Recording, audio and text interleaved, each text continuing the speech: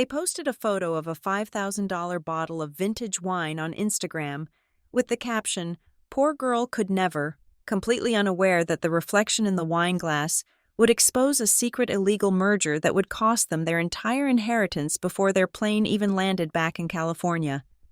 My name is Shelby Whitby, and at this exact moment, my existence is defined by the expiration date printed on a cup of instant noodles.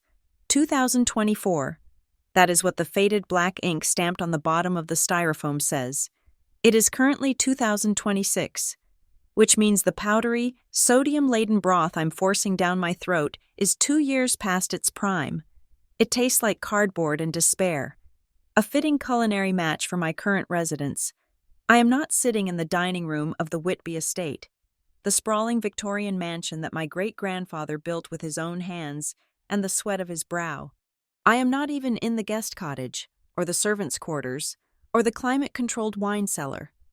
I am huddled in the corner of the gardening tool shed, seated on an overturned bucket, wrapped in a blanket that smells of fertilizer and damp earth. This is where I have lived for the past 3 months, ever since my stepmother, Elena, and my 2 half-siblings, Jade and Tyler, decided that my presence in the main house was disrupting their energy. They call me the stain on the family portrait, the Whitby disappointment, while Jade spent 6 years pursuing a degree in fashion marketing that she has never used, and Tyler bounced between 4 different colleges before dropping out to become a lifestyle entrepreneur. I made the unforgivable mistake of actually caring about the source of our family's wealth. I went to school for agricultural engineering. I specialized in soil regeneration. I wanted to know why the grapes in our north vineyard were shriveling and how to fix the pH balance without dumping chemicals into the groundwater. To Elena, that made me a laborer. To my siblings, it made me a peasant. They wanted a CEO in a suit. They got a farmer in muddy boots. My phone buzzed against the metal workbench I was using as a table. The screen lit up the gloom of the shed, cutting through the shadows cast by the rusted rakes and shovels hanging on the walls. It was a notification from Instagram. Jade. My thumb hovered over the screen. I knew I should not look. I knew it would only act as salt in the open wound of my pride.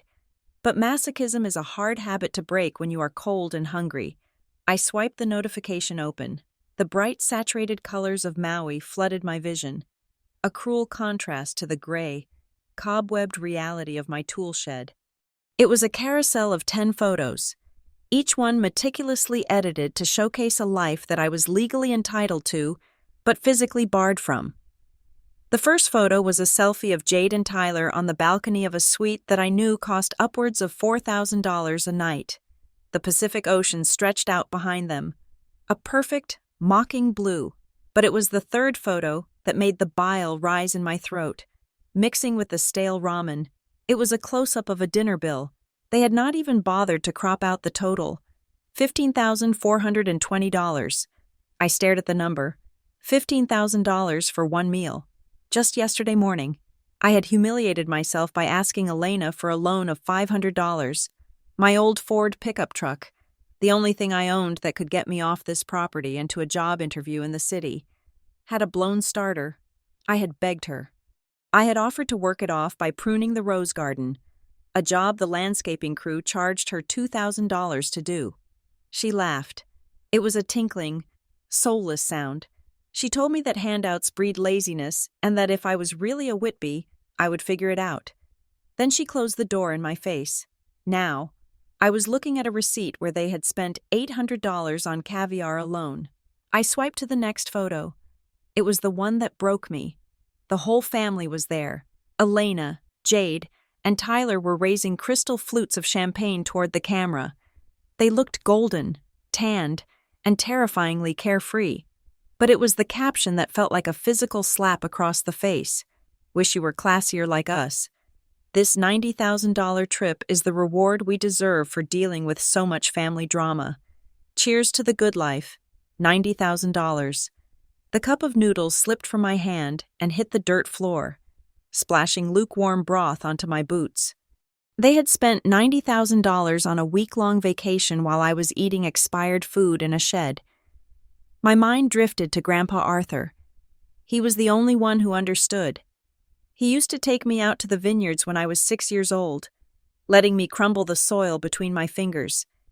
He told me that the land knows who loves it. He told me that money is just paper, but the earth is forever. I missed him with an ache that felt like a bruised rib. I did not know where he was. Not really. Elena said he was in a specialized care facility for his dementia, a place that cost a fortune. She claimed she had isolated him slowly over the years, cutting off his phone calls, firing his loyal nurses, and eventually moving him to an undisclosed location for his own privacy. I had not seen him in 2 years. If he knew I was living like a rat in the shed he built for his favorite tractor, he would burn the main house to the ground. Panic, cold and sharp, suddenly gripped me. There was a joint bank account. It was an old account Grandpa had set up for me and him when I turned 18, meant for emergencies or estate repairs. Elena had gained power of attorney, but my name was still technically on the ledger. I had been saving the last few scraps of money I earned from odd jobs in there, hoping to buy a bottle of antihistamines because the mold in the shed was triggering my allergies so badly I could barely breathe at night. I opened my banking app, my fingers trembling. Zero. The balance was 0.00. I scrolled through the transaction history. A transfer had been made 3 days ago. Current pending transaction, luxury Maui concierge services. They had drained it. They had taken the last $200 I had to my name to pay for a tip or a spa treatment or a bottle of water in Hawaii. I could not breathe. My throat felt tight, and I did not know if it was the panic or the mold closing my airways. I had no medicine. I had no money to buy medicine. A heavy, authoritative knock on the shed door made me jump. I wiped my eyes frantically, standing up and trying to look like I had some shred of dignity left. The door creaked open. It was Mr. Henderson, the new estate manager Elena had hired 6 months ago. He was a weaselly man who wore suits that were too shiny and cologne that smelled like desperate ambition. He looked around my small living space with a curled lip, his eyes lingering on the sleeping bag on the floor and the spilled noodles. "Shelby," he said, not bothering with a greeting. "We need to have a talk." "I am not moving the truck, Henderson," I said, my voice rasping. "It is broken. I told you. As soon as I can afford the part, I will push it behind the barn." He chuckled, a dry, humorless sound. "This isn't about the truck. Well, not entirely. Mrs. Whitby called from Hawaii. Apparently, she was checking the security camera feeds remotely. She does not like the look of this." He gestured vaguely at me and the shed. "She does not like the look of me living," I asked. "She feels it ruins the aesthetic of the estate," Henderson said, checking his watch. "We have potential investors coming to look at the grounds next week. Having a squatter in the tool shed does not project the image of prosperity the Apex Horizon Group is looking for." "I am not a squatter," I said, my hands clenching into fists at my sides. "I am a Whitby. I own a share of this land." "Not anymore. You don't," Henderson said smoothly.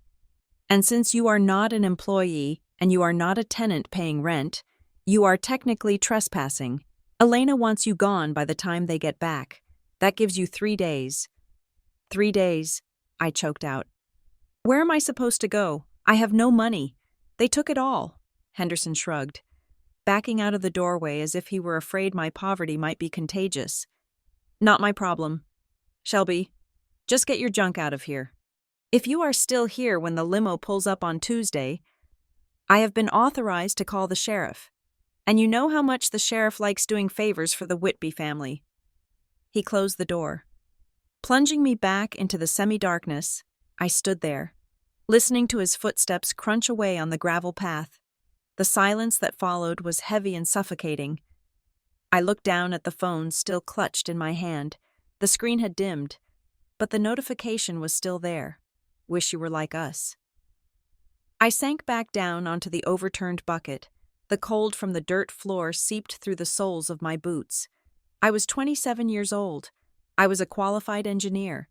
I was the granddaughter of Arthur Whitby, and I was about to be homeless because my family needed $90,000 to prove to strangers on the internet that they were happy. The injustice of it burned hotter than the hunger in my stomach. It was not just about the money, it was the erasure. They were erasing me, erasing Grandpa, erasing the history of this land, and replacing it with filtered photos and 5-star reviews.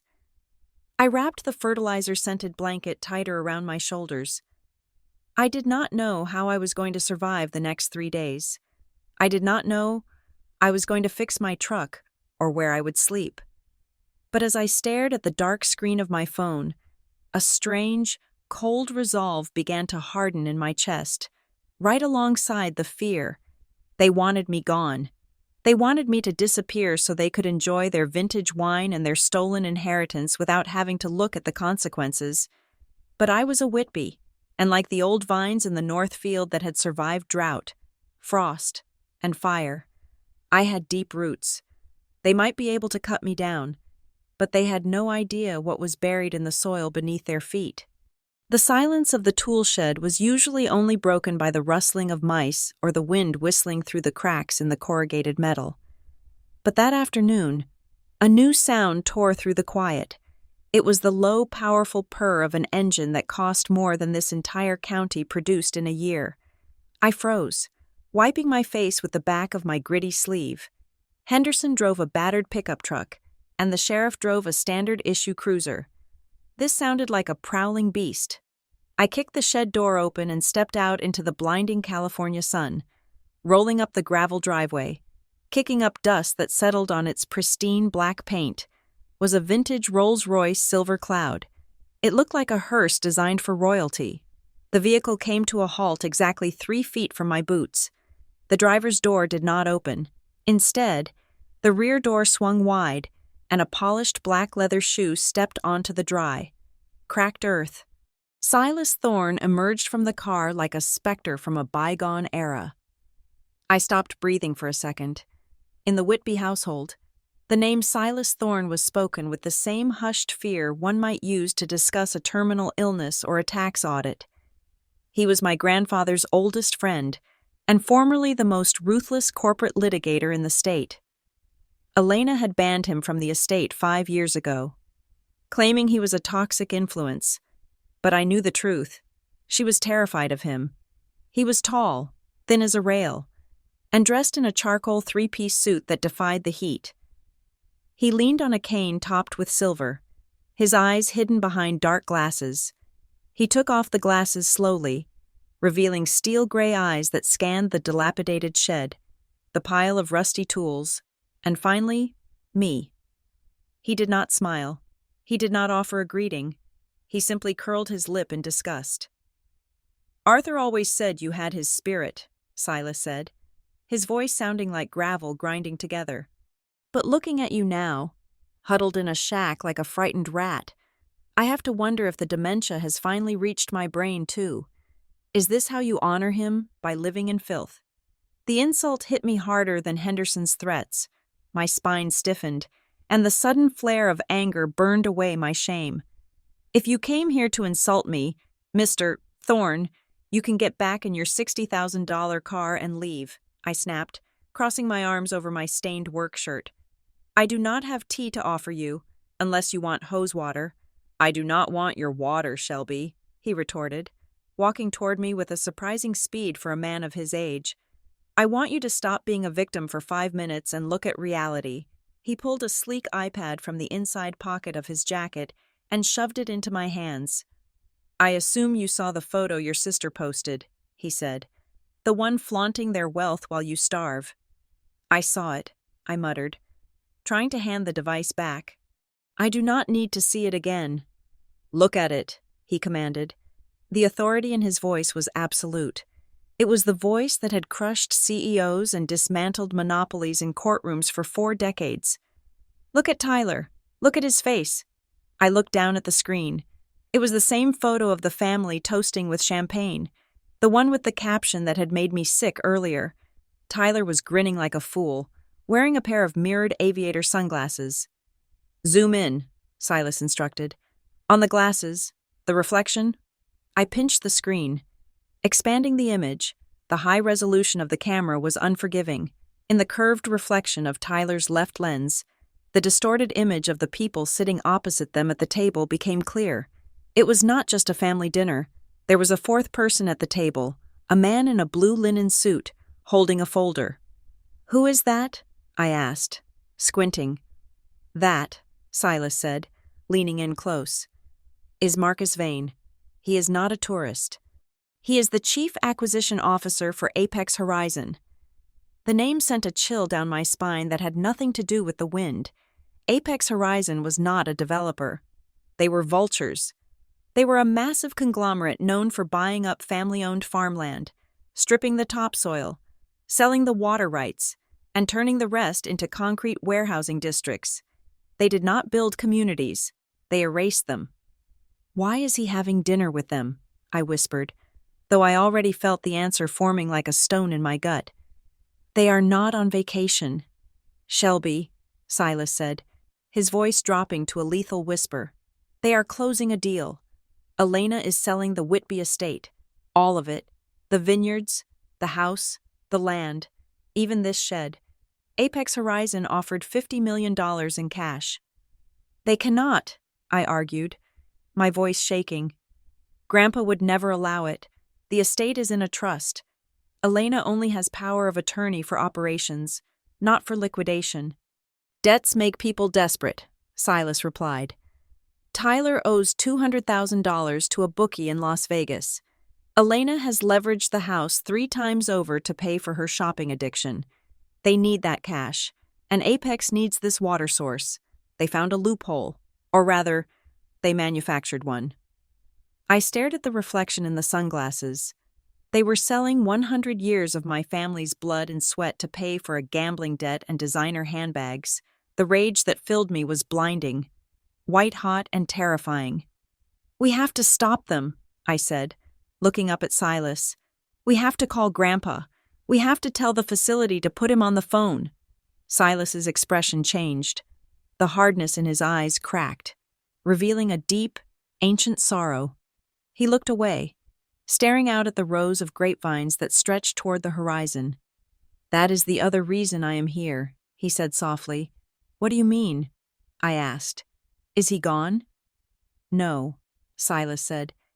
"He is alive. But he is not at the Golden Sunset Retreat in Santa Barbara. He never was." I felt the blood drain from my face. "What?" "Elena has been billing the estate operational fund $15,000 a month for VIP memory care," Silas explained, his voice trembling with suppressed fury. "She has been forging the invoices. I hired a private investigator 2 weeks ago because I stopped receiving updates. We found him yesterday." Silas tapped the iPad screen, swiping to a new photo. It was a grainy image taken through a window. It showed a small, sterile room with peeling paint. There was a single metal cot. Lying on it, curled up under a thin sheet, was a frail old man. Even from this distance, I recognized the sharp line of his jaw. It was Grandpa Arthur. "He is in a state-run facility 2 towns over," Silas said. "It is a warehouse for the indigent. They have him checked in under the name John Doe. They are drugging him to keep him compliant while they siphon the money meant for his care into their own pockets. They are waiting for him to die. Shelby, and once he is dead, and the land is sold, there will be no evidence left." I dropped the iPad. It hit the dirt with a thud. My knees gave out, and I sank to the ground, gasping for air. The image of my grandfather, the man who had taught me to read the weather in the clouds, rotting in a nameless room while his daughter-in-law drank vintage wine in Hawaii, shattered me. Silas did not comfort me. He did not pat my shoulder. He stood over me like a judge delivering a sentence. "You can stay here in the dirt and cry," Silas said, his voice cutting through my sobbing. "You can let them win. You can let them sell this land and erase his name. Or you can stand up, wipe your face, and help me destroy them." I looked up at him. The tears were still streaming down my face, but my heart was no longer breaking. It was hardening. It was turning into something cold and sharp, like the blade of a pruning shear. "How?" I asked, my voice barely a whisper. Silas smiled then. It was a terrifying, shark-like smile. By doing exactly what they think you cannot do, he said. They think you are weak. They think you are stupid. We are going to prove them wrong. Get in the car. Shelby, we have work to do. The interior of the Rolls-Royce was silent as a tomb, insulated from the outside world by thick glass and heavy steel. I sat in the passenger seat, my hands gripping the dashboard so hard my knuckles had turned white. We were moving away from the estate, away from the tool shed, but we were also moving away from the nursing home where my grandfather was rotting. Turn around, I said, my voice shaking with a mixture of rage and panic. We have to go get him. You said he is 2 towns over. We can be there in 40 minutes. Silas did not even glance at me. He kept his eyes fixed on the winding road ahead, his gloved hands steering the massive vehicle with effortless precision. No, he said simply. He is dying in there, I shouted, the sound absorbing instantly into the plush leather. They are drugging him. How can you call yourself his friend and just leave him there? Silas slammed on the brakes. The car skidded slightly on the asphalt before coming to a halt on the shoulder of the road. He turned to me, and for the first time, I saw the full force of the man who had terrified corporate boards for 40 years. Do not lecture me on loyalty, Shelby, he hissed, his voice low and dangerous. I have spent every day of the last 6 months hunting for him, but if we march in there right now, with no plan and no leverage, do you know what happens? I stared at him, my breath hitching. Elena has power of attorney, Silas continued, ticking the points off on his fingers. She has the police in her pocket. She has the money. If we take him out today, by tonight she will have a court order accusing you of kidnapping a vulnerable adult. You will go to jail. Arthur will be sent back to a facility with higher security where I will never find him. And the sale of the estate to Apex Horizon will go through on Monday morning. Is that what you want? I slumped back against the seat, the fight draining out of me. He was right. It was a bitter, poisonous pill to swallow. But he was right. So what do we do? I asked, feeling small. We stop the sale, Silas said, shifting the car back into gear. We cut off the money, we expose the fraud, and when Elena comes crawling back here to save her own skin, we will be waiting to take everything from her, including Arthur. 20 minutes later, we pulled into the driveway of a modernist glass house perched on a cliff overlooking the valley. This was Silas's fortress. He led me into a study that felt more like a war room. The walls were lined with filing cabinets, and a large mahogany desk was covered in stacks of paperwork. I have been building a case against Elena for 5 years, Silas said. Walking around the desk and pulling a thick folder from a drawer, he tossed it toward me. She is sloppy, Shelby. Greedy people always are. I opened the folder. It was a timeline of financial transactions, but one document caught my eye. It was a waiver of inheritance rights regarding the minority shares of the vineyard. Dated 3 years ago, at the bottom was a signature, Shelby Whitby. I never signed this, I whispered, tracing the ink with my finger. I was in graduate school 3 years ago. I was not even in the state on this date. I know, Silas said, lighting a cigar. I had a handwriting expert analyze it last week. It is a forgery, a bad one, but it allowed her to bypass the board approval requirement for taking out loans against the land. This is our smoking gun, but a gun is useless without ammunition. He leaned forward, his eyes locking onto mine. I can provide the capital to fight them in court. I can bury them in injunctions and subpoenas. But I need physical proof that connects the fraud to the current sale. I need the corporate seal. The seal, I asked. The old brass stamp. The original Whitby corporate seal. Silas clarified. According to the company bylaws your great-grandfather wrote in 1922, no sale of land over 10 acres is valid without the physical impression of that seal on the deed. Elena knows this. She will have it hidden somewhere safe, ready to stamp the papers the moment she gets back. She keeps the safe key on a chain around her neck, I said. I have never seen her take it off. She is in Hawaii, Silas reminded me. And she is arrogant. She does not think anyone is looking for it. She does not think you are a threat. I need you to go into the main house and find it. Now. Right now, Silas said. The staff are all on paid leave for the week. The house is empty. You know the codes. You know the hiding spots. Bring me that seal, and I can freeze the sale long enough to get Arthur out. An hour later, I was standing at the back service entrance of the Whitby mansion. The house loomed over me, a massive structure of stone and timber that used to feel like a castle but now looked like a prison. My heart was hammering against my ribs as I punched in the security code. 1984, my birth year. Elena was too lazy to change it. The light on the keypad turned green. I slipped inside. The house smelled of lavender polish and silence. It was eerie. I moved through the kitchen, my boots making soft thuds on the marble floor. I headed straight for the study on the second floor. The room was exactly as I remembered it, lined with books that no one read anymore. Elena's desk was a chaotic mess of fashion magazines and fabric swatches. I started tearing through the drawers, tossing papers aside. Nothing. I checked the wall safe behind the painting of the hunt. It was locked, obviously, but Silas had said she was arrogant. Where would she put something she needed to access quickly but wanted to keep hidden from the maids? My eyes fell on the rug in the center of the room. It was a Persian rug, heavy and expensive, but one corner was slightly askew. I shoved the heavy leather armchair aside and pulled back the rug. There, set into the floorboards, was the old floor safe. It was the one Grandpa used to use for his poker winnings.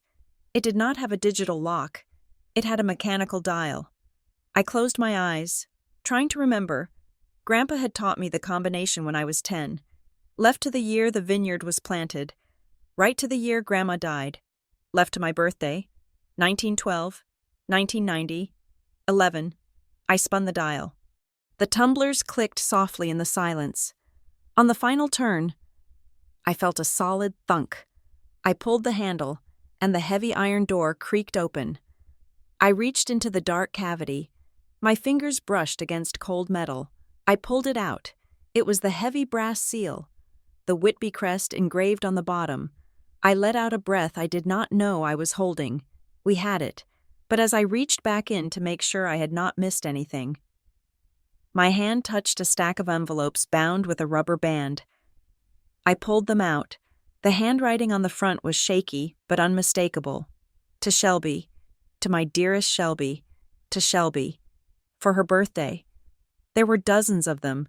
Some were dated a month ago, some were from last year. My heart stopped. These were letters Grandpa had written to me from the care facility. He had been writing to me the whole time. I tore the top one open, my hands trembling so bad I almost ripped the paper. Dearest Shelby, I do not know why you do not visit. Elena tells me you are busy with your new life in the city, and that you do not want to see an old man lose his mind. But I miss you. The nurses here are rough. The food is cold. I keep the picture of us in the harvest of 2005 under my pillow. Please come. Love, Grandpa. A sob ripped its way out of my throat. Raw and painful. She had intercepted them. She had hidden them. She had told him I abandoned him, and she had told me he was too sick to see me. It was not just greed. It was cruelty. Pure, distilled malice. I looked around the room, my vision blurring with tears. In the corner, I saw a large garbage bag that the cleaning crew must have missed. I walked over and opened it. Inside were my mother's sketchbooks, her watercolor paints, the scarf she used to wear when she harvested the grapes. They were tossed in with used coffee grounds and shredded paper. I reached in and pulled out a sketchbook. The cover was stained with coffee. Something inside me snapped. The sadness that had been weighing me down evaporated, replaced by a cold, hard hatred that felt like armor. I stood up, clutching the seal in one hand and the bundle of letters in the other. I was done crying. I was done begging. I took the seal and the letters and walked out of the study. As I passed the garbage bag, I swore on the memory of my mother and the suffering of my grandfather that I would not just stop the sale. I would burn Elena's world to the ground, and I would watch it turn to ash with a smile on my face. I walked out into the sunlight. pulled out my phone, and dialed Silas. "I have the seal," I said, my voice steady and cold. "And I have something else. Start the car. Silas, we are going to war." 2,500 miles away. The sun was setting over the Pacific, painting the sky in hues of violet and gold that matched the cocktail in Elena's hand. In Maui, time moved at the speed of leisure. At the Four Seasons, my stepmother was currently reclining on a chaise lounge that cost more per hour to rent than I used to make in a week.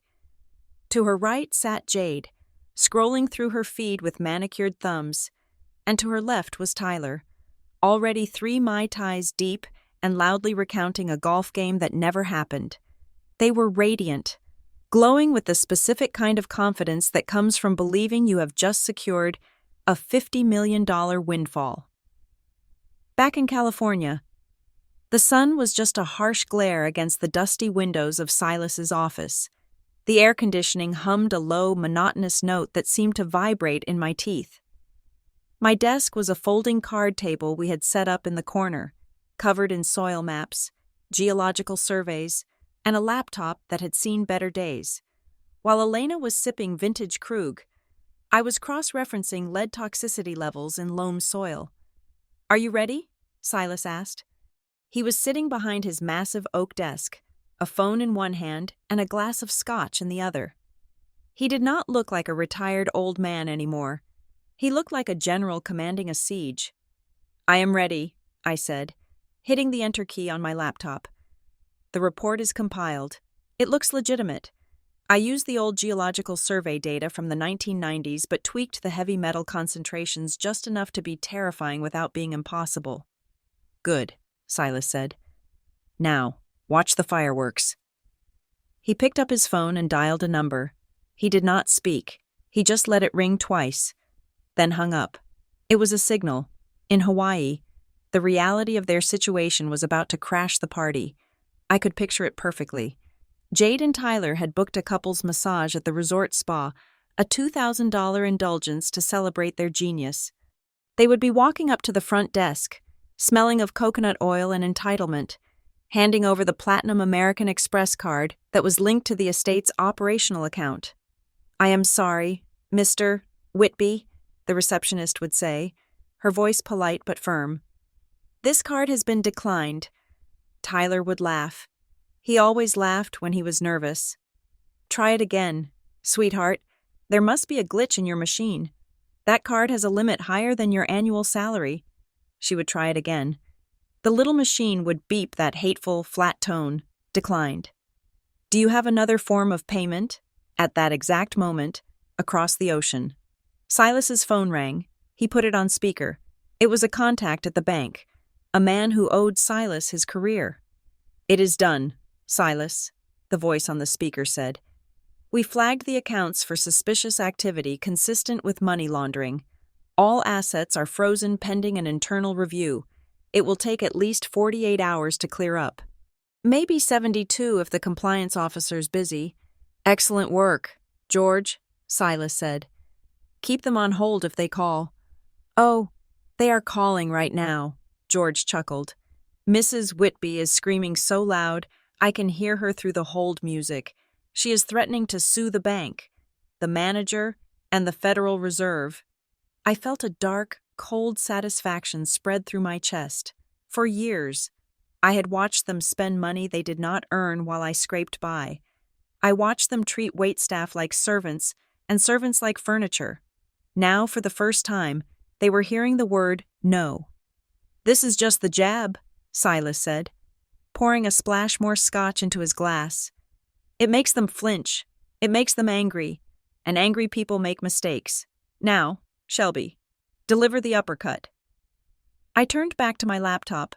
On the screen was a drafted email. The subject line read, "Urgent Environmental Hazard Disclosure. Whitby Estate Transaction." Attached was my fabricated report. It detailed a recently discovered issue with lead contamination in the groundwater of the North Vineyard, the exact location Apex Horizon planned to drill their primary wells. Lead poisoning was a developer's nightmare. It meant lawsuits, remediation costs in the millions, and a public relations disaster. I addressed the email to Marcus Vane, the man I had seen in the reflection of Tyler's sunglasses. I used an anonymous encrypted server that routed the IP address through 3 different countries. "Send it," Silas commanded. I clicked send. The digital packet flew through the fiber optic cables, crossing the ocean faster than a plane, landing directly in the inbox of the man sitting across from my family at dinner. We waited. The silence in the office was heavy, charged with adrenaline. 10 minutes passed. 20. Then, Silas's iPad lit up. He had hacked into the resort's public surveillance feed, a trick he claimed was legally gray but morally necessary. We watched the grainy footage of the resort restaurant. There they were.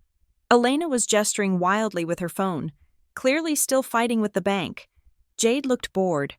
Tyler was trying to signal a waiter for another drink he could not pay for. Then, Marcus Vane walked in. He did not look like a friend anymore. He walked stiffly, his face pale. He was holding his phone, looking down at it, then up at Elena. He did not sit down. We could not hear what they were saying, but we could read the body language. Vane slammed his phone down on the table. Elena stopped shouting at the bank and stared at him. Her face went from flushed red to sheet white in 3 seconds. Tyler stood up as if to fight, but Vane cut him off with a sharp chop of his hand. "He got the report," I whispered. "He thinks they tried to sell him a toxic waste dump," Silas said, a cruel smile playing on his lips. "Look at him. He is demanding an explanation. He is probably threatening to pull the deal and sue them for non-disclosure." Elena was frantic. She was shaking her head, pleading. She grabbed Vane's arm, but he pulled away. Disgusted, he said something final, pointed a finger at her face, and stormed out of the restaurant. The vacation was over. Elena slumped into her chair, even from thousands of miles away. I could feel the panic radiating off her. She had no access to the bank accounts. Her buyer had just walked out, and she was stuck in a hotel she could no longer afford. "What happens now?" I asked. "Now," Silas said, closing his iPad. "They scramble. They have to come home to fix this. They cannot solve a soil toxicity rumor from a beach in Maui. They need to be here, on the ground, with their own geologists to prove the report is fake. They will be on the first flight out." "But they have no money for tickets," I pointed out.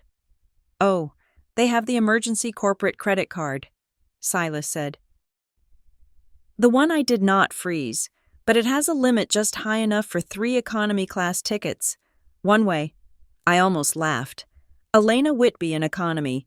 It was petty, yes, but after watching her throw my mother's art into a garbage bag, petty felt like justice. "They will be back by tomorrow morning," Silas said, his demeanor shifting from observer to predator. "They will be exhausted, furious, and terrified. They will come storming into the estate ready to scream at everyone, and that is when we will be waiting for them." He stood up and walked to the window, looking out over the valley that was slowly turning dark. "Go get some sleep, Shelby," he said. "You have a big day tomorrow. You need to look strong. You need to look like the owner of this estate, not the girl from the shed." I nodded, packing up my laptop, but as I walked to the door, I paused. "Silas," I said, "thank you." He did not turn around. "Do not thank me yet, kid. We have only just bloodied their nose. Tomorrow, we have to cut their throat." I drove back to the estate in the darkness. I did not go to the shed. I drove my truck right up to the front entrance of the main house. I punched in the code 1984 and walked inside. I went upstairs to the master guest suite, the one Elena usually reserved for her high society friends. I took a long, hot shower, scrubbing the smell of the tool shed off my skin. I put on a plush robe that smelled of lavender. Then, I went downstairs to the kitchen. I opened a bottle of the 1998 Cabernet. The vintage Grandpa said tasted like memories and rain.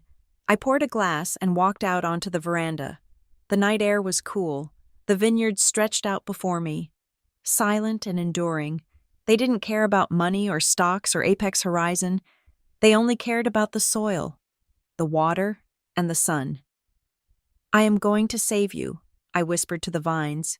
"I promise." Somewhere over the ocean, my family was currently squeezed into seats 34A, B, and C, seething with rage, flying back to a home that was no longer theirs to rule. The trap was set, the bait was taken, and tomorrow, the jaws would snap shut. The morning sun filtered through the high windows of the main hall, illuminating dust motes dancing in the air. It was 10 o'clock in the morning, and the house had been silent since I woke up. I was sitting in the high-backed velvet armchair that Elena usually claimed as her throne, a cup of fresh black coffee resting on my knee. I was not wearing my stained work shirt or my muddy boots. Silas had insisted on a detour to a boutique in town before we set the stage. I was wearing a tailored navy blazer, pressed linen trousers, and leather loafers that did not have holes in the soles. I felt like an imposter.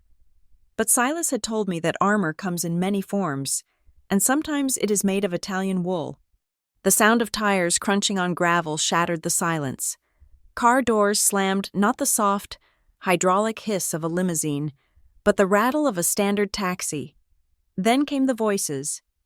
"Do not touch that bag. It has my ceramics in it." That was Jade, shrill and exhausted.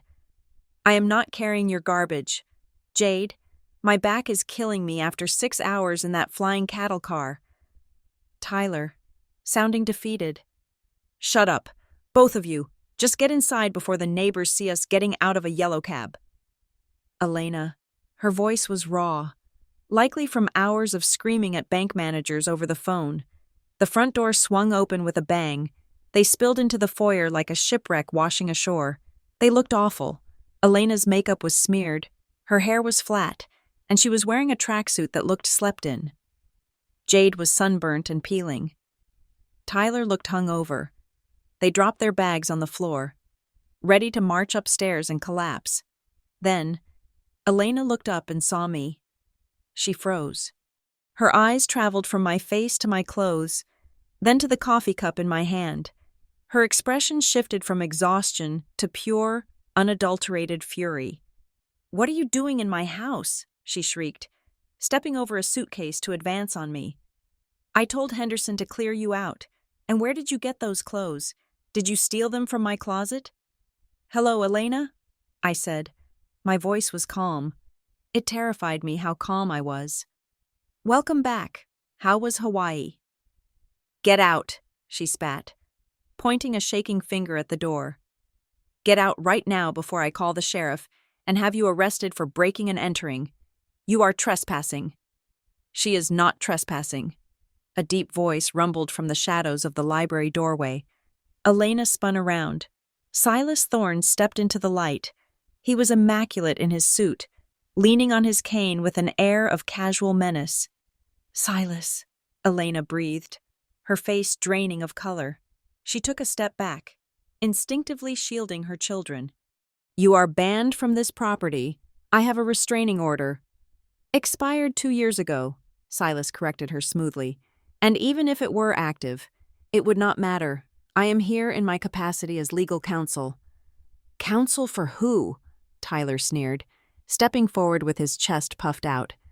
"The gardener here. She cannot afford a lawyer. She cannot even afford lunch. I am not representing Shelby," Silas said, walking slowly toward them until he was standing right next to me. "I represent the anonymous entity that purchased the distressed debt of Whitby Vineyards at 6 o'clock this morning." The room went deadly silent. "What?" Elena whispered. "Your loans," Silas explained, as if speaking to a slow child. "The 3 mortgages you took out against the land, the credit line for operations, the bank classified them as toxic assets due to the recent irregularities with your accounts. My client bought them, all of them. Which means, effectively, my client owns the paper on this house, and until the debt is serviced, I have every right to be here to inspect the collateral." Elena's mouth opened and closed like a fish on a dock. She was trying to process the shift in power, but her arrogance was a hard habit to break. She straightened her spine, forcing a laugh that sounded like glass breaking. "You are bluffing," she scoffed. "And even if you are not, It does not matter. I hold the power of attorney for Arthur Whitby. I am the executor of his will and the guardian of his estate. You cannot touch a single grape on this land without my signature. I will have you evicted by noon." "Is that so?" Silas asked, raising an eyebrow. Jade, who had been staring at me with a look of pure venom, decided to join the fray. She walked up to me, looking me up and down with a sneer. "Look at her," Jade laughed, nudging Tyler. "Silas probably bought her that outfit at a discount rack. You know what they say. You can put a monkey in a vest, but it is still just a monkey. You look ridiculous. Shelby, go back to the barn." "Yeah," Tyler chimed in. "Nice try, sis. But you do not belong in the big house. You smell like dirt." I looked at Jade. I looked at the peeling skin on her nose and the fear behind her eyes. 2 days ago, her words would have sent me running to the shed to cry. Today, they just felt like noise. I set my coffee cup down on the table with a deliberate clink. I stood up.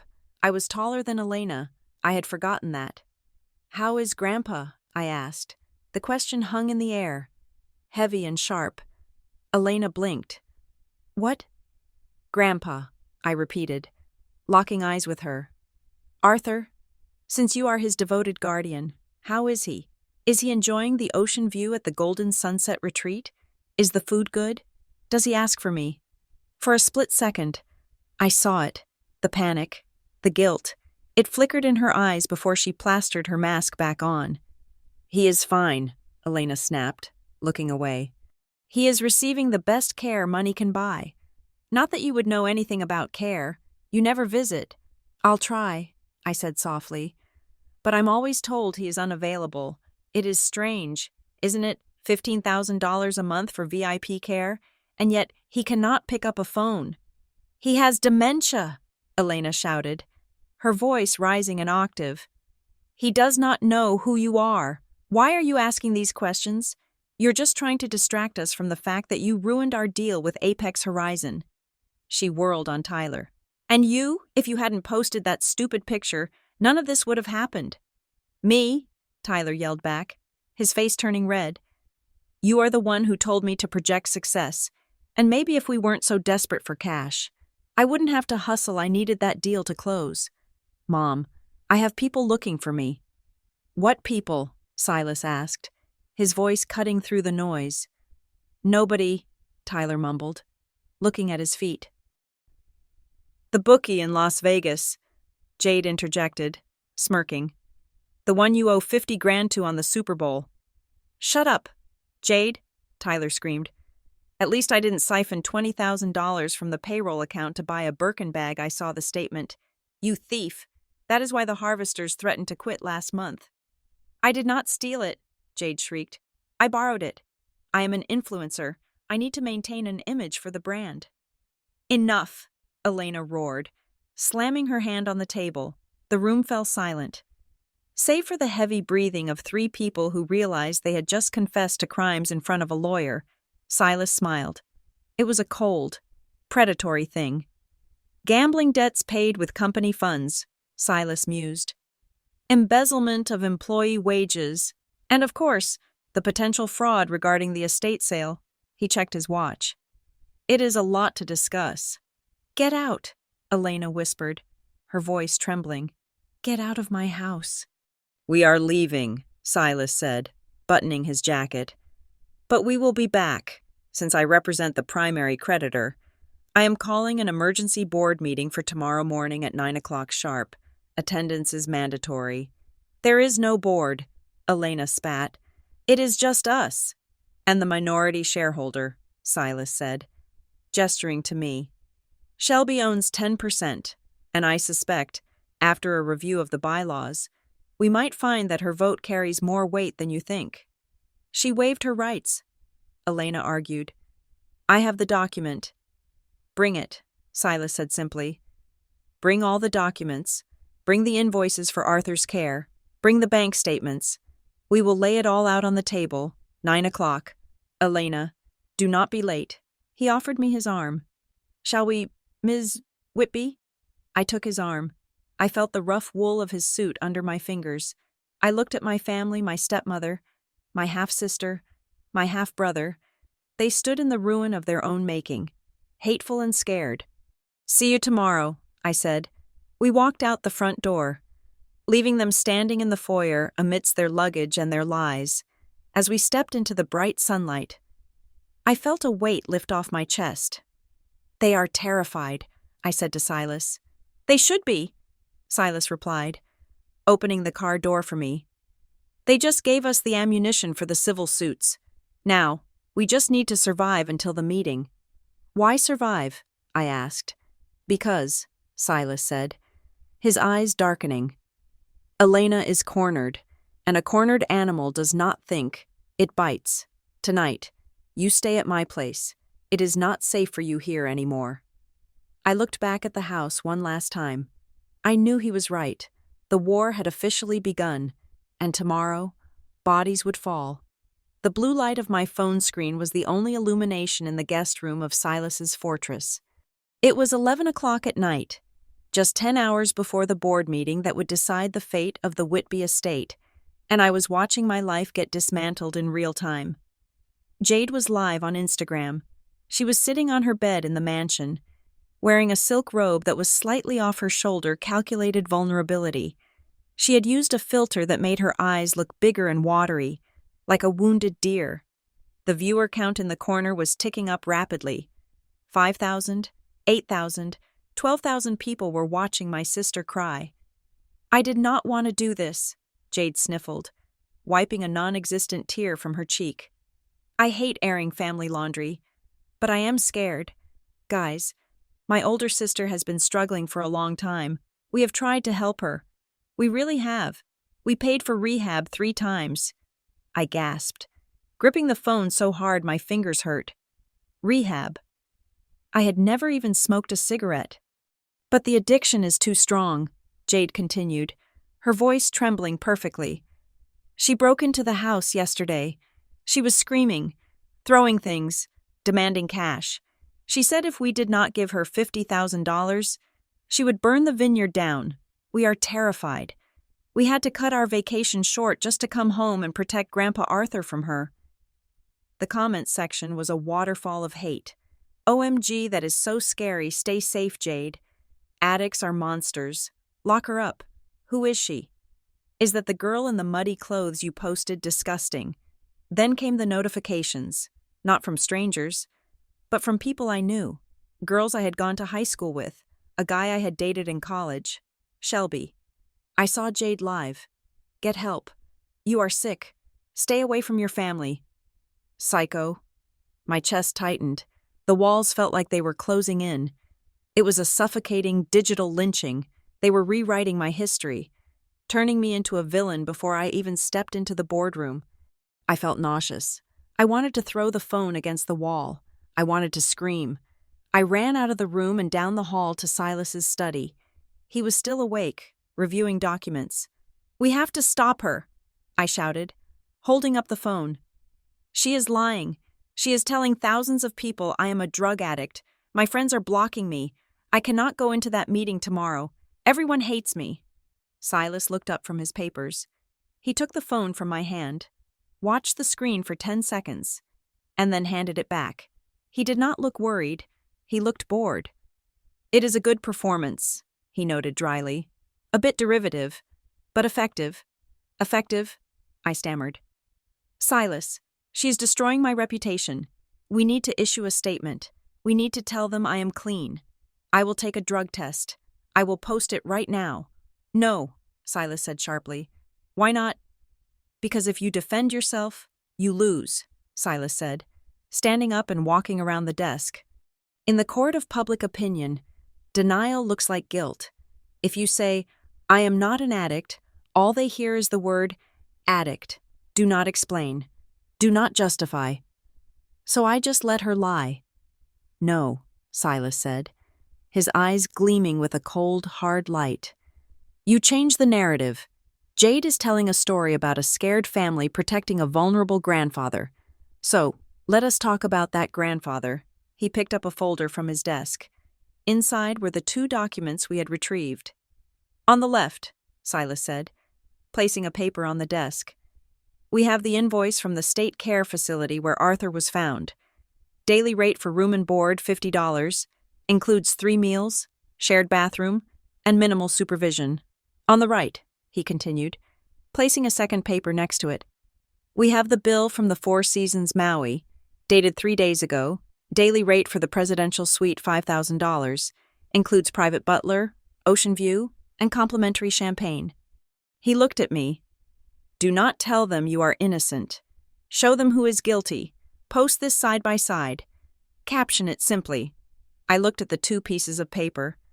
The contrast was physically sickening. $50 to keep my grandfather alive. $5,000 to keep Jade comfortable. I took a picture of the documents lying on the mahogany desk. I opened my own Instagram account. I had never used it much, mostly just photos of soil samples and sunsets over the vines. But I knew how to tag people. I uploaded the photo. Caption: my sister says she is protecting our grandfather. The invoice on the left is what she spent on his care per day. The invoice on the right is what she spent on her hotel room per night. You decide who the monster is. Save Arthur Whitby the truth. I tagged Jade. I tagged the brands she was wearing in her live stream. I tagged the local news station. I tagged the biggest drama channels on YouTube, and I pressed share.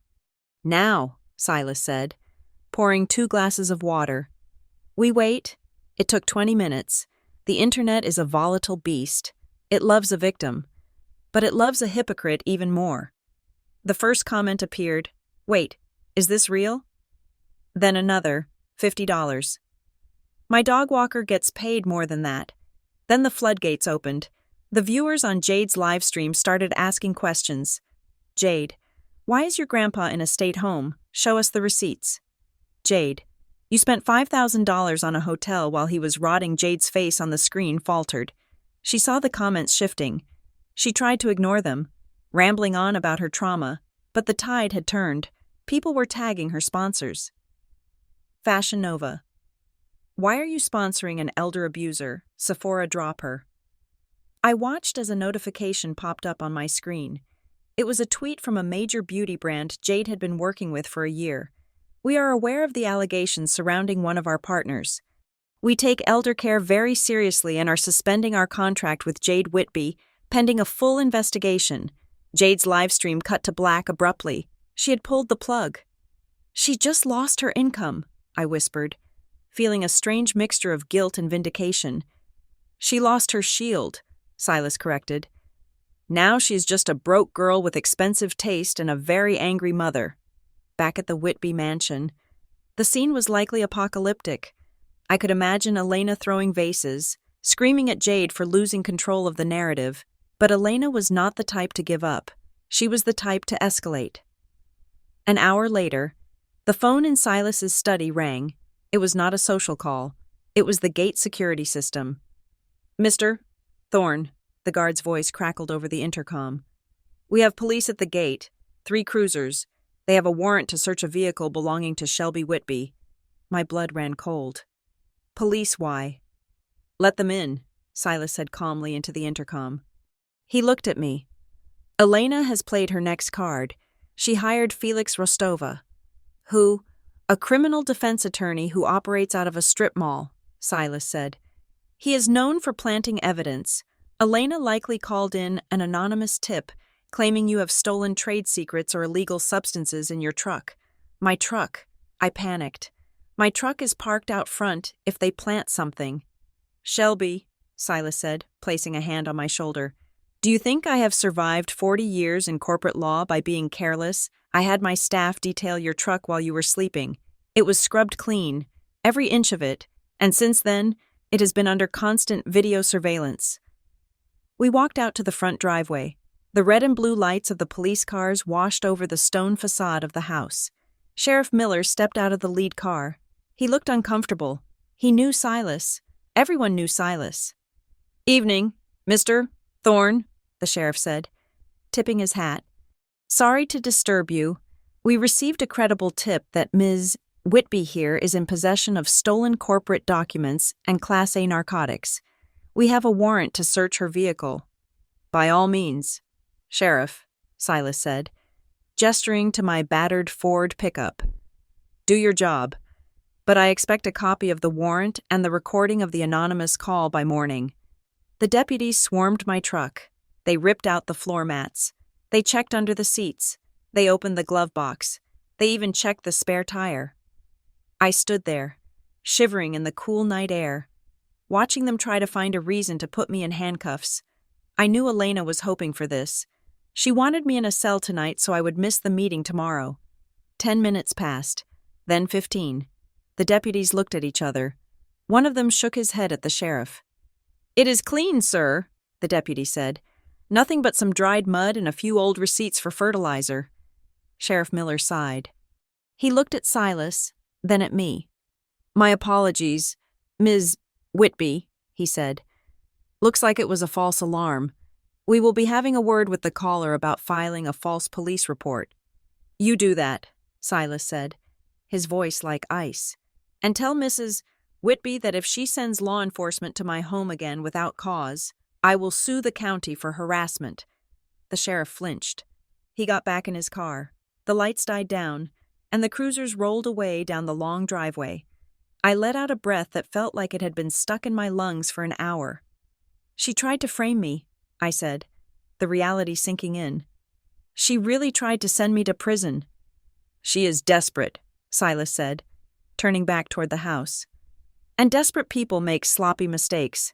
She just wasted her last favor with the police. Now she has no allies left." He opened the heavy oak door and looked back at me. "Get some rest. Shelby, the court of public opinion has ruled in your favor. The police have cleared you. Tomorrow, we walk into that boardroom and finish this." I looked at my phone one last time. The hashtag Save Arthur Whitby was trending #1 in the state. I turned it off.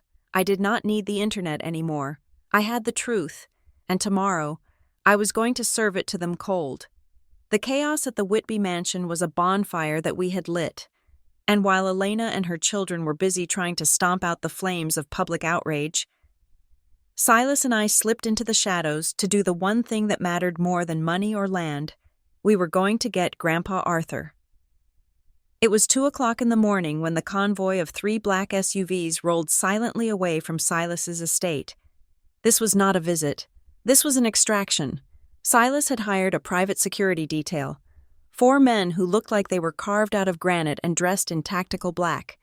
They were not carrying weapons, but they carried themselves with a lethality that made weapons seem redundant. The facility was called the Oak Creek Care Center.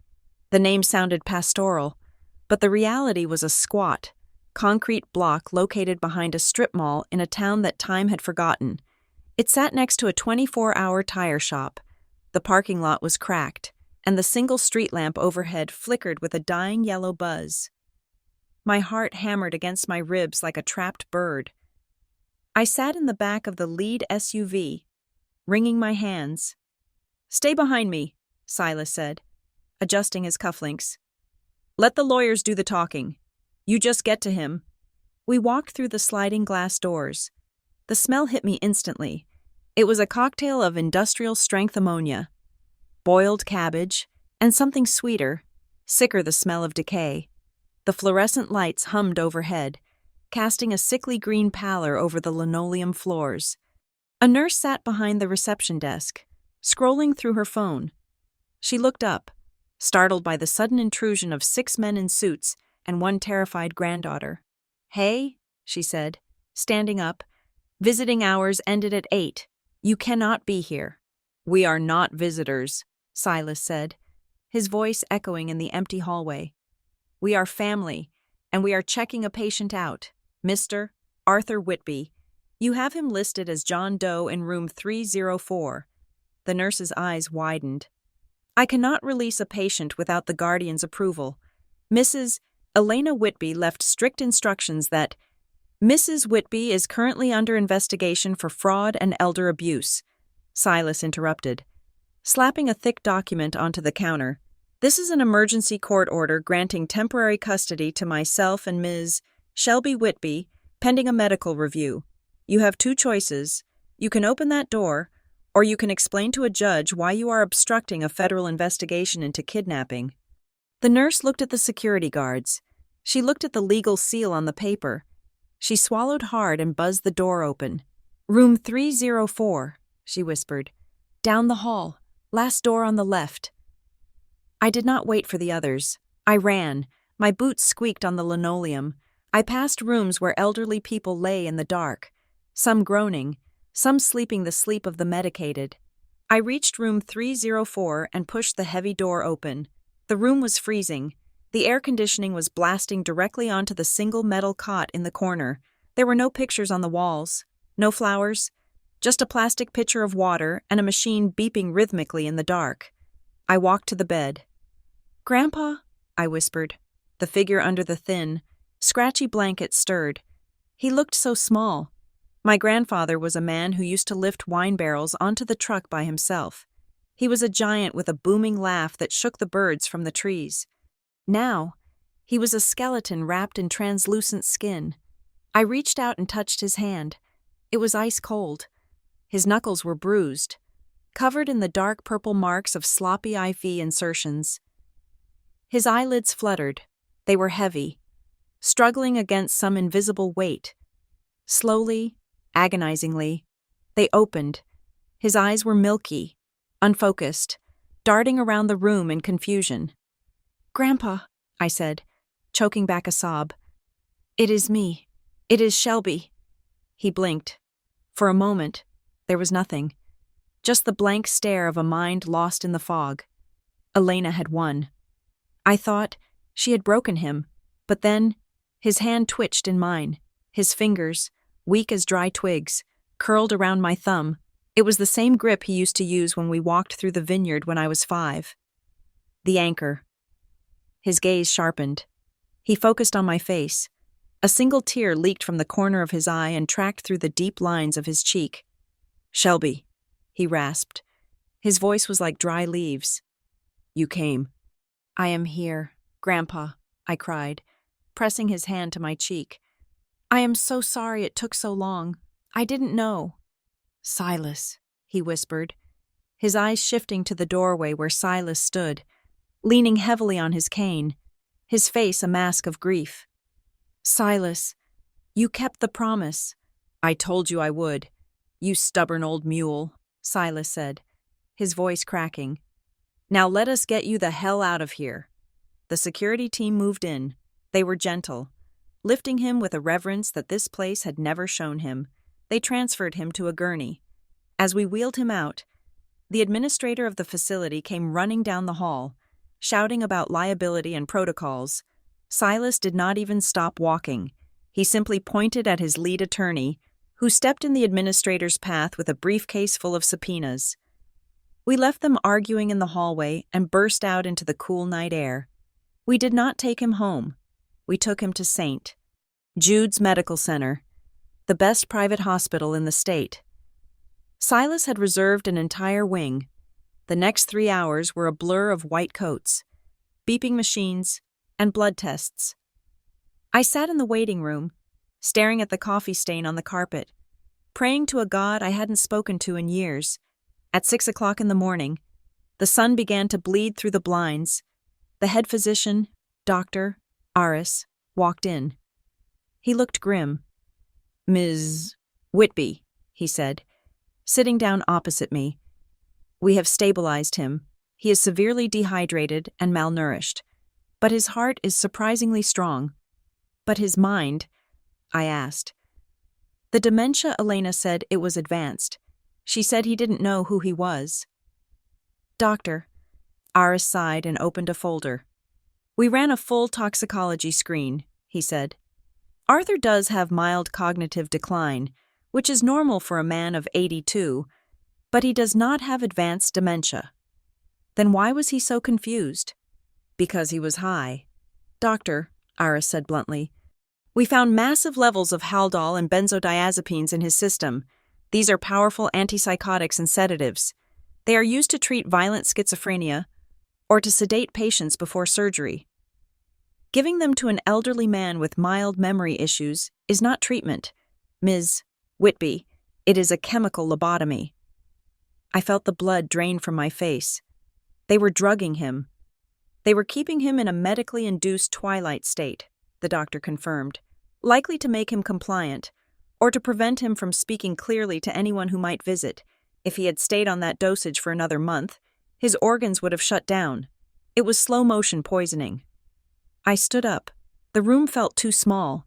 It was not just greed. It was not just Elena wanting the money. She had looked at the man who gave her a home, the man who raised her children, and she had decided to erase his mind with chemicals so she could buy more shoes. She had stolen his last years. She had stolen his dignity. I walked to the window and looked out at the city waking up below. I saw my reflection in the glass. I did not look like the girl who cried in the tool shed anymore. My eyes were dark, hollow, and burning with a fire that scared me. Silas walked up behind me. He had heard the news. "This is a felony," he said quietly. "We have the toxicology report.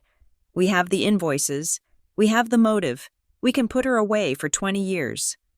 20 years is not enough," I said. My voice sounded strange to my own ears. It was steady. It was cold. She took his mind. Silas. She made him think he was insane. She made him think I abandoned him. I turned around. "I do not just want her in jail," I said. "I want her to feel it. I want her to feel every second of helplessness he felt. I want to strip her of everything she thinks makes her valuable. Her money, her status, her name. And then, when she is sitting in a cell with nothing but a concrete wall to stare at, I want her to know it was the peasant girl who put her there." "The board meeting is in 3 hours," Silas said. "Are you ready?" "I am not going there to negotiate," I said, walking past him toward the door where my grandfather lay sleeping, finally safe, finally clean. "I am going there to execute." I looked down at my hands. They were shaking, not from fear, but from the adrenaline of a hunter who has finally cornered the prey. "Let us go," I said. "I have a story to finish." The news that destroyed the Whitby family did not arrive with a scream or an explosion. It arrived via a sterile, encrypted email sent to Silas Thorne's secure server at 7:45 in the morning. The subject line was simply, "Termination of letter of intent."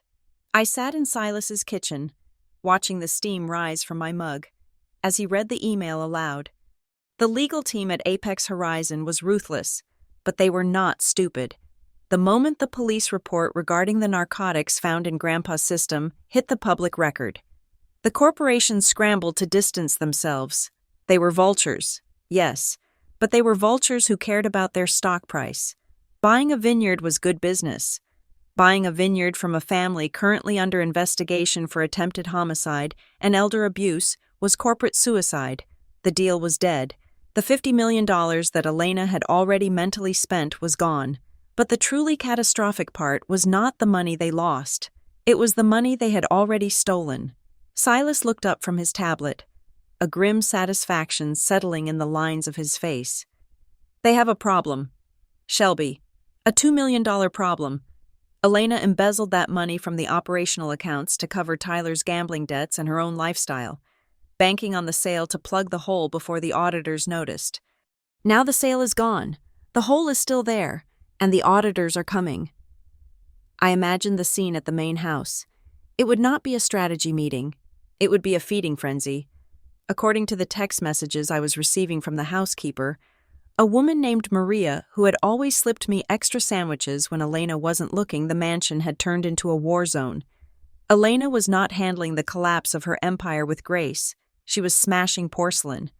Maria wrote that Elena was screaming at Tyler, blaming his degenerate gambling addiction for draining the liquidity they needed to fight the legal battles. She claimed his incompetence had forced her to take risks.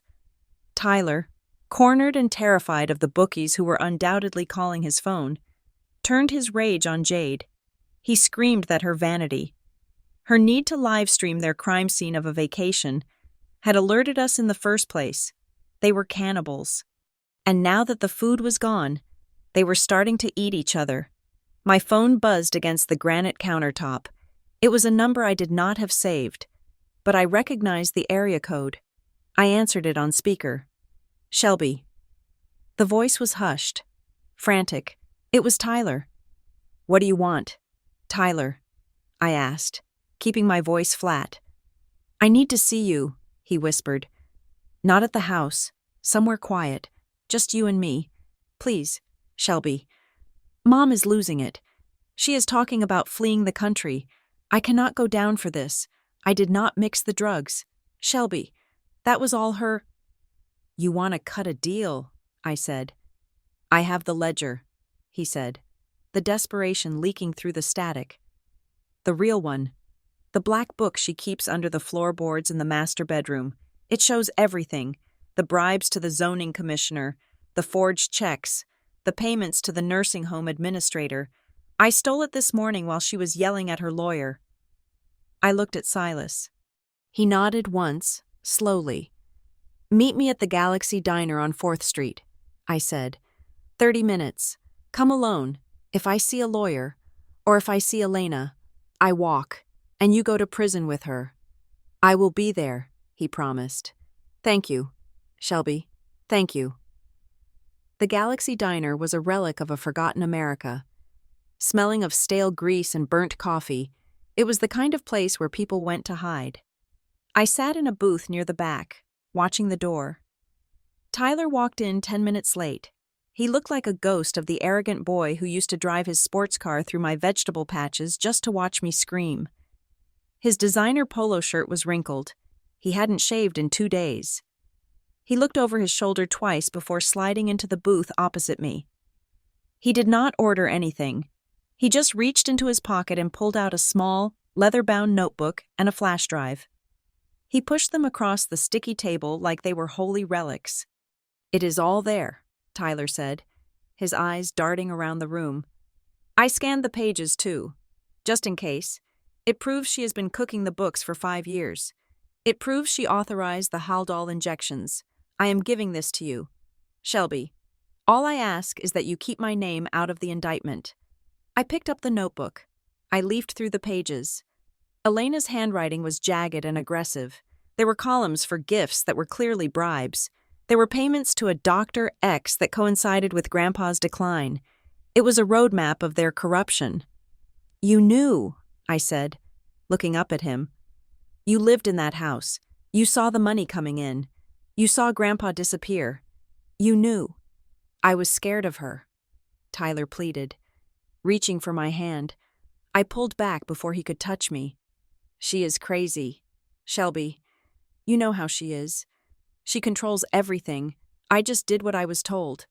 I am a victim here, too. He tried to smile. It was a sickly, ingratiating expression that made my skin crawl. We are family, right? He continued. You and me. We have the same blood. Jade is just useless. But you and I, we can run this place. I can help you manage the business side. I know the accounts. We can put Mom away and rebuild. Partners. I stared at him. I remembered the day, 3 months ago, when Henderson threw my clothes onto the driveway. It was raining. I was on my knees, trying to gather my books before they got soaked. Elena was watching from the balcony, but Tyler had been standing right there on the porch, sipping a latte. He had pointed at my wet hair. He had laughed. He had said, "Look at the rat," finally finding her natural habitat. I reached into my pocket and pulled out my phone. I tapped the screen, stopping the recording app that had been running since he sat down. Did you get all that? I asked the phone. Tyler's face went pale. What are you doing? Documenting evidence, I said, sliding the notebook and the flash drive into my bag. You just confessed to being an accessory to fraud and knowing about the abuse of a vulnerable adult, and you just handed me the physical proof. But the deal, Tyler stammered. You said meet me. I gave you the book. We are supposed to be partners. I stood up. I looked down at him, this weak, hollow man who thought a leather notebook could buy back his soul. I did not say we were partners, I said coldly. I said I would meet you. Shelby, please, he whimpered, tears actually welling in his eyes now. I have nowhere to go. The bookies are going to break my legs. Mom is going to kill me for stealing the book. If you send me to jail, I will die in there. I am your brother. My brother. I repeated. I leaned in close, so only he could hear the venom in my voice. When I was living in a tool shed, eating expired noodles, you spent $2,000 on a massage. When I begged for money to fix my truck so I could get a job, you told me to walk. You laughed. Tyler, I will never forget that sound. You stood on that porch, and you laughed while I lost everything. He flinched as if I had struck him. You are not my brother, I said, stepping back from the booth. You are just another bad investment that Elena made, and now you are being liquidated. You cannot do this, he shouted as I turned to leave, causing the waitress to look over. I gave you the evidence, and the district attorney will take that into account during your sentencing, I said over my shoulder. Maybe you will only get 5 years instead of 10. Consider that my gift to you. Happy birthday. Tyler. I walked out of the diner and into the bright, harsh sunlight of the parking lot. I felt lighter. The air tasted sweeter. I got into my truck and drove straight to Silas's office. He was waiting for me with a team of forensic accountants and 2 assistant district attorneys who looked very eager to make a name for themselves. I tossed the black notebook onto the desk. It landed with a heavy thud. Tyler flipped, I said. He gave us everything, and I have his confession recorded. Silas picked up the book. He opened it, scanned the first page, and a slow, shark-like grin spread across his face. This is not just a lawsuit anymore, Silas said, closing the book. This is a massacre. Get ready. Shelby, tomorrow morning, we will not just fire the board, we arrest them. The grandfather clock in the hallway struck 9 times. The sound reverberated through the heavy oak doors of the boardroom, signaling the beginning of the end. I stood by the window, looking out at the vineyards that stretched to the horizon. The morning mist was burning off, revealing the endless rows of vines that my great-grandfather had planted. They were resilient. They had survived droughts, pests, and fires. Today, we would see if they could survive greed. Silas sat at the head of the long mahogany table, his posture rigid, his face a mask of stone. To his right sat Paul, the family's longtime accountant. Paul was sweating profusely. He kept wiping his forehead with a handkerchief, his eyes darting to the door every few seconds. He knew the numbers in his ledger did not add up, and he knew who was coming to check them. At 9 o'clock exactly, the double doors swung open. Elena marched in first. She was wearing a white power suit, sharp and immaculate, designed to project innocence and authority. Her hair was pulled back in a tight chignon. Behind her trailed Jade, wearing large sunglasses to hide her swollen eyes, and Tyler, who looked like a man walking to the gallows. Tyler refused to look at me. He kept his gaze fixed on the carpet, his hands shaking slightly at his sides. Elena stopped at the foot of the table. She did not sit down. She placed her leather portfolio on the wood with a sharp slap and looked directly at Silas. "This farce ends now," Elena declared, her voice steady but brittle. "I have spoken to my attorneys. You have no standing here. Silas, the debt purchase is being contested, and as for you," she turned her cold gaze toward me, "you are fired. Shelby, effective immediately, you are banned from the premises. If you are not off this property in 10 minutes, I will have security physically remove you. I do not care what delusions of grandeur you have entertained over the last 48 hours. I am the matriarch of this family, and I am the legal guardian of the majority shareholder." Silas did not blink. He slowly reached into his briefcase and pulled out a single sheet of paper. "Actually, Elena," Silas said, his voice calm and deep, "that is the first item on the agenda, the guardianship."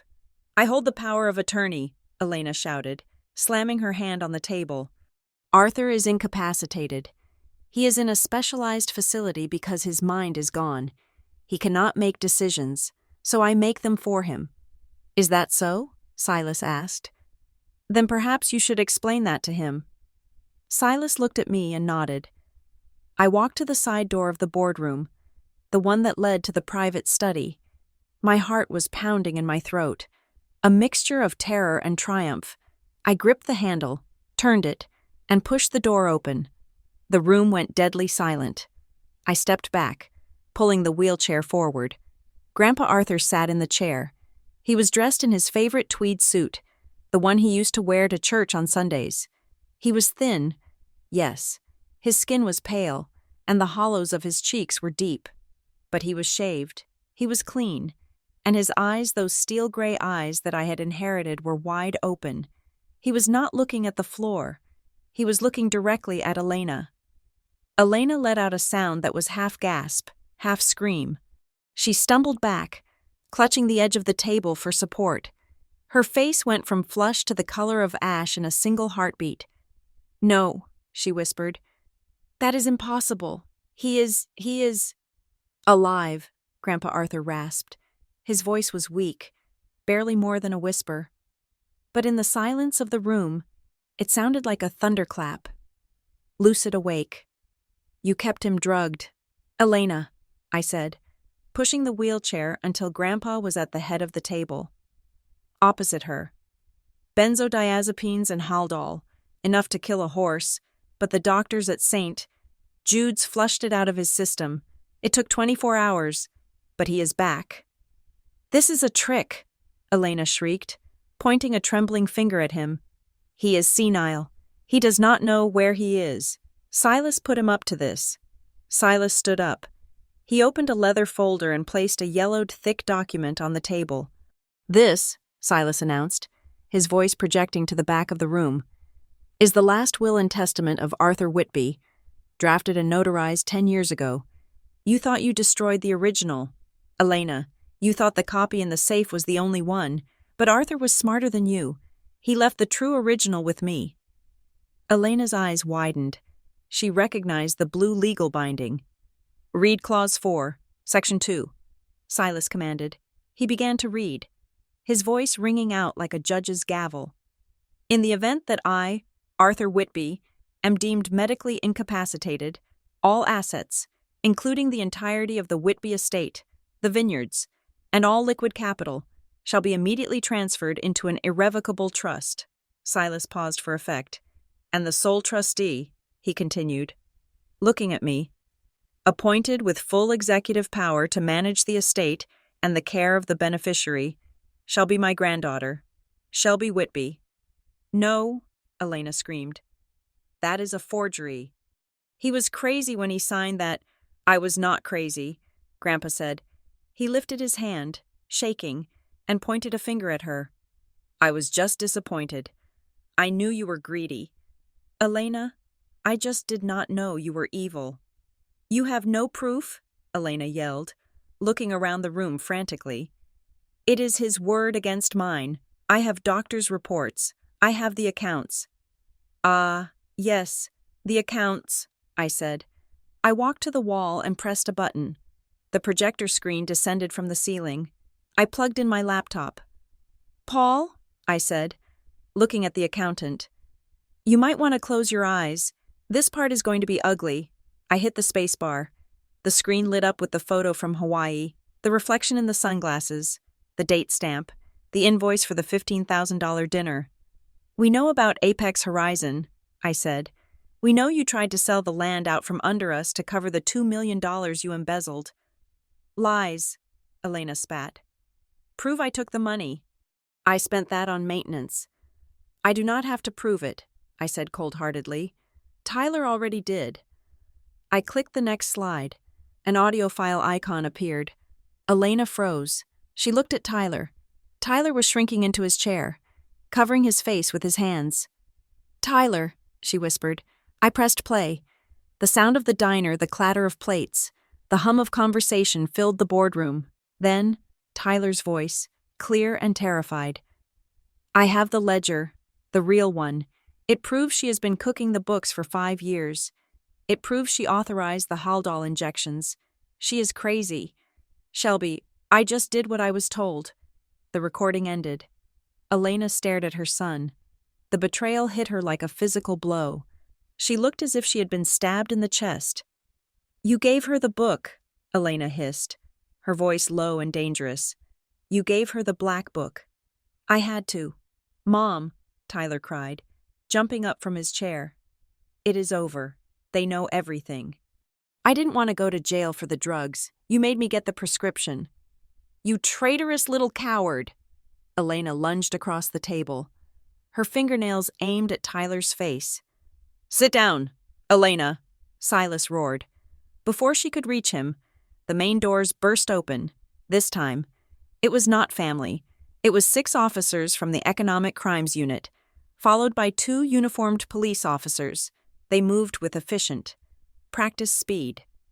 "Elena Whitby," the lead detective shouted, stepping into the room. "Please step away from the table and place your hands behind your back." Elena froze. She looked at the police. She looked at the screen where her crimes were displayed. She looked at Grandpa Arthur, who was watching her with a mixture of pity and resolve. "You cannot do this to me," she stammered, as the officer grabbed her wrists. "Do you know who I am? I am a Whitby." "Not anymore," I said quietly. "Paul Miller," the detective said, turning to the accountant who was now hyperventilating. "You are also under arrest for conspiracy to commit fraud and embezzlement." Paul did not fight. He slumped forward, weeping, as they cuffed him. Jade was sobbing in the corner, clutching her designer purse as if it could save her. "I didn't do anything I didn't know, Mom. Tell them I didn't know." Elena did not answer. She was being marched toward the door. As she passed me, she stopped. The officer tried to pull her, but she dug her heels in. She looked at me. Her eyes were wild, stripped of all their pretense and polish. "You think you won," she spat. "You are just a gardener. Shelby, you will run this place into the ground in 6 months. You are nothing." I looked at her. I looked at the handcuffs on her wrists. I looked at the fear behind the hate. "I am the gardener," I agreed. "And I just pulled the weeds." The officer shoved her forward. "Move it." We watched them go. The screaming, the crying, the shuffling of feet, and then the room was silent again. Only 4 of us remained. Me, Silas, Grandpa Arthur, and Tyler, who was standing by the window, shaking. Tyler looked at me, a flicker of hope in his eyes. He thought his betrayal of his mother had bought him immunity. He thought the deal was real. "Shelby," Tyler said, forcing a smile. "We did it. She is gone. Now we can—" "Officer," Silas said, turning to the last policeman who was waiting by the door. "Take him too." Tyler's smile vanished. "What? No. We had a deal, Shelby. Tell him we had a deal." I walked over to the table and picked up the remote control. "I promised to hand over the evidence you gave me to the district attorney," I said, my voice flat. "And I did. I never promised you would not be arrested. You stole from this family for years. Tyler, you watched them drug Grandpa and did nothing. You are not a partner. You are an accomplice. You lied to me." Tyler screamed as the officer grabbed his arm. "I learned from the best," I said, as they dragged Tyler out, kicking and screaming about his rights. I felt a hand on my arm. I looked down. Grandpa Arthur was looking up at me. His eyes were wet, but he was smiling. It was a weak, tired smile, but it was real. "Shelby," he whispered, "I am here." "Grandpa," I said, kneeling beside his chair. "Take me outside," he said. "I want to smell the grapes." I looked at Silas. The old lawyer nodded, closing the folder on the table. The war was over. The enemy was vanquished. I took the handles of the wheelchair and turned my grandfather toward the light.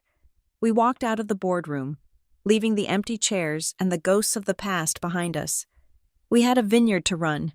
The red and blue lights of the police cruisers finally disappeared down the winding driveway, taking the chaos with them. Elena did not go quietly. Even as they guided her into the back of the squad car, her hands cuffed behind the white suit that was now wrinkled and stained, she was screaming. She threatened to sue the police department. She threatened to call the governor. She screamed that this was all a misunderstanding, a temporary setback that she would fix by lunchtime. But as the car door slammed shut, cutting off her voice, the silence that descended on the Whitby estate was heavy and absolute. It was the silence of a fever breaking. I stood on the front steps, the cool morning air filling my lungs. For the first time in years, the air did not taste like anxiety. It tasted like damp earth and pine needles. Jade and Tyler were still standing on the gravel driveway. They looked like refugees from a failed, glamorous life. Tyler had been released pending his arraignment, mostly because his cooperation in the boardroom had bought him a few hours of leniency, but he had nowhere to go. His sports car had been seized as evidence of proceeds from crime. Jade sat on her Louis Vuitton suitcase, the one she had dragged through the airport in Hawaii, weeping softly into her hands.